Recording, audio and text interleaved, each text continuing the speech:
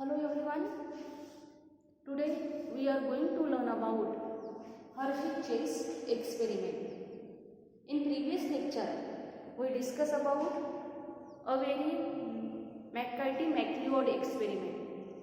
आपण काय बघत आहोत? Genetic material is DNA. DNA हे जेनेटिक मटेरियल आहे किंवा नाही यावर पहिल्यांदा कोणी एक्सपेरिमेंट घडवून आणलं होतं? Griffith experiment. फर्स्ट एक्सपेरिमेंट कोणतं होतं? Griffith experiment. Second a very McCarthy-MacLeod experiment and third experiment Hershey-Chase experiment. Finally Alfred Hershey and Martha Chase in 1952 proved that DNA is a genetic material and not protein by using bacteriophage. या experiment मध्ये त्यांनी कशाचे use केलेला आहे? बॅक्टेरियोफेजचं use केलेलं आहे. Hershey and Chase work with virus that infect bacteria. Viruses कुणाला infect करते? Viruses that infect bacteria. त्यालाच काय म्हटलं जाते? Bacteriophage, which are composed of DNA and protein. Bacteriophage कशापासून तयार झालेला आहे? Which composed of DNA and protein. Okay, what is meant by bacteriophage? Virus that infect bacteria. Virus कोणाला इन्फेक्ट करते? बॅक्टेरियाला इन्फेक्ट करते. त्यालाच काय म्हटलं जाते? Bacteriophage. They use radioactive phosphorus and radioactive sulphur in the medium for some virus. या एक्सपेरिमेंटमध्ये त्यांनी काय यूज केलं? Radioactive phosphorus and radioactive sulphur. Radioactive phosphorus P32, okay, and radioactive sulfur S35. They use radioactive phosphorus in the medium for some virus and radioactive sulfur for some other. Okay, लक्षात आलं इतकं? They grow some virus on a medium that contain radioactive phosphorus and some other on the medium that contain radioactive sulfur. त्याने काय केलं? काय grow केलं? They grow some virus in the medium of radioactive phosphorus and some virus grow on a medium that contain radioactive sulfur. Virus grow in the presence of radioactive phosphorus contain radioactive DNA. Radioactive DNA,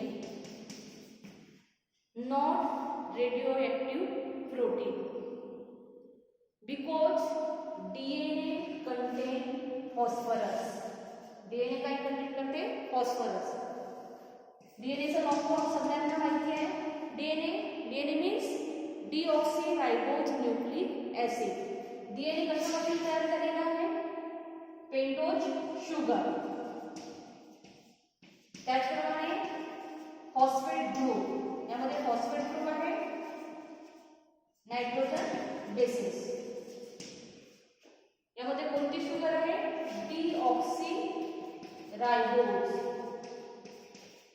sugar present आहे. यामध्ये phosphate present आहे. Means DNA content phosphorus, not protein. Okay. Similarly, viruses grow on the medium in the presence of radioactive sulfur contain radioactive protein. Radioactive sulfur contain radioactive protein, not radioactive DNA. Protein contain sulfur. DNA does not contain sulfur. Protein काय content करते? Sulphur. Protein कशापासून तयार झालेला आहे? Amino acid पासून तयार झालेला आहे. Protein content sulphur. DNA does not content sulphur. DNA काय कंटेन करते? DNA content phosphorus. ओके.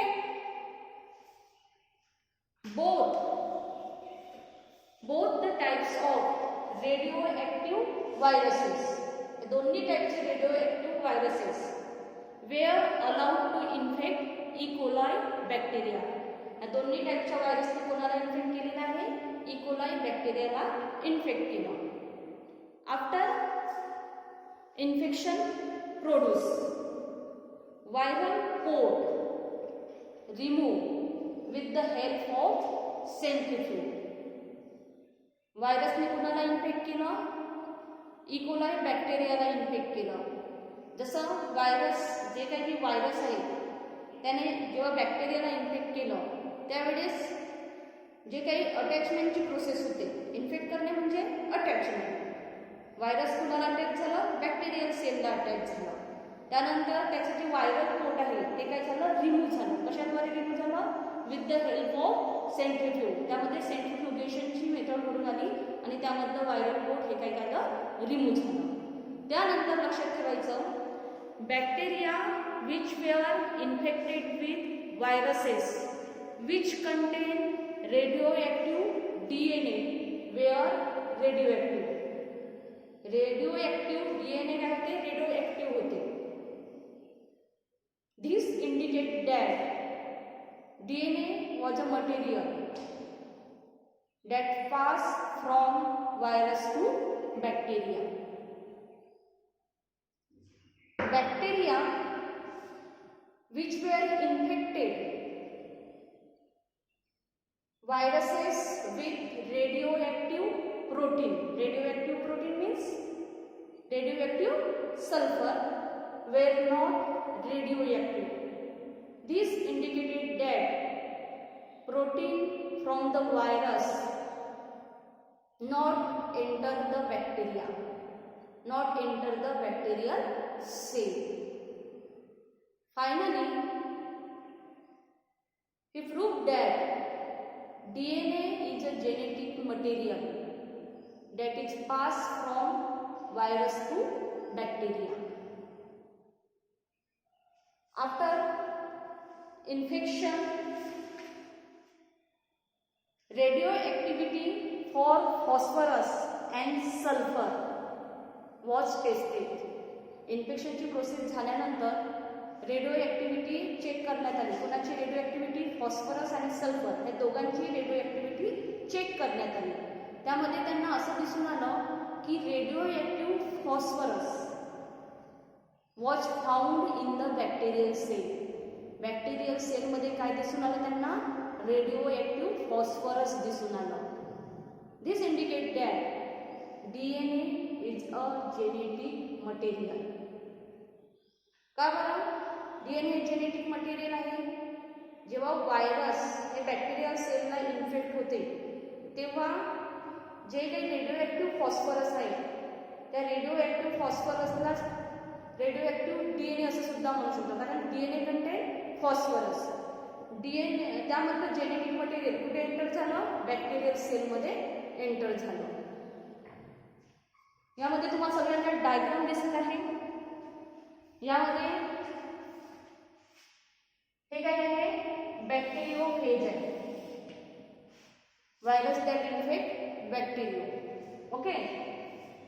हे जे व्हायरस आहे आणि हे काय आहे? बॅक्टेरियल सेल आहे. हे काय आहे? बॅक्टेरियल सेल आहे. आपण यामध्ये दोन टाईपचं रेडिओएक्टिव्ह डीएनए आणि रेडिओएक्टिव्ह प्रोटीनचे यूज केलेलं आहे. Means radioactive phosphorus and radioactive sulphur यामध्ये आपण केलेलं आहे. जसं यामध्ये काय ग्रेडियंट आहे, DNA ग्रेडियंट आहे. आतमधलं काय आहे, DNA आहे. त्यालाच लेबल DNA असं सुद्धा म्हटलं जाते. जेव्हा हे कुणाला इन्फेक्ट करते, virus infected bacterial E coli bacterial सेलला जेव्हा इन्फेक्ट करते तेव्हा यामध्ये जे रेडिओ ॲक्टिव्ह DNA आहे ते काय होतात, रेडिओ ॲक्टिव्ह होतात. रेडिओ ॲक्टिव्ह होणे म्हणजे यामध्ये जे काही मटेरियल आहे ते कुठे पास होते, व्हायरसमधनं बॅक्टेरियल सेलमध्ये पास होते. या स्टेपमध्ये जेव्हा बॅक्टेरियल सेल बघितलं तर त्या बॅक्टेरियल सेलमध्ये आपल्याला काय दिसून आलं, phosphorus detected in bacterial cell. Phosphorus आपल्याला बॅक्टेरियल सेलमध्ये दिसून आलं, म्हणजे DNA हे बॅक्टेरियल सेलमध्ये असलेलं दिसून आलं. त्यामध्ये जे सुपरनेट होतं त्यामध्ये फॉस्फरस दिसून आलं नाही. यामध्ये जसं आपण काय घेतलं आहे, रेडिओ ॲक्टिव्ह सल्फर घेतलेला आहे. Protein content sulphur. प्रोटीन काय कंटेन करते, sulphur. Protein content sulphur, DNA does not content sulphur. यामध्ये तीच प्रोसिजर यामध्ये पण घडून आली, पण यामध्ये जे काही बॅक्टेरियल सेल आहे त्यामध्ये आपल्याला सल्फर दिसून आलं नाही. No sulphur detected in the cell means no protein detected in the cell. Detect म्हणजे आढळलेले. या बॅक्टेरियल सेलमध्ये आपल्याला प्रोटीन दिसून आलं नाही. काय दिसून आलं, बॅक्टेरियल सेलमध्ये आपल्याला फक्त DNA दिसून आलं. फायनली त्यांनी काय इंडिकेट केलं, DNA is a genetic material that is pass from virus to bacterial cell. यामध्ये जी पहिली स्टेप होती त्या पहिल्या स्टेपला काय म्हटले जाते, इन्फेक्शन. Infection means attraction. यामध्ये व्हायरस कोणाला अट्रॅक्ट होते, बॅक्टेरियल सेलला अटॅचमेंट म्हणावं लागेल. काय म्हणावं लागेल, infection means attachment. Virus attach to bacterial cell means virus infect the bacterial cell. Second step कोणती होती, बेंडिंग. थर्ड स्टेपमध्ये जे काही व्हायरल कोड आहे ते काय झालं आहे, रिमूव्ह झालेलं आहे. आणि सगळ्यात शेवटी आपल्याला काय दिसून आलं, protein not detect in bacterial cell, DNA detected in bacterial cell. Okay, लक्षात आलं तुम्हाला, यू अंडरस्टँड. थँक्यू.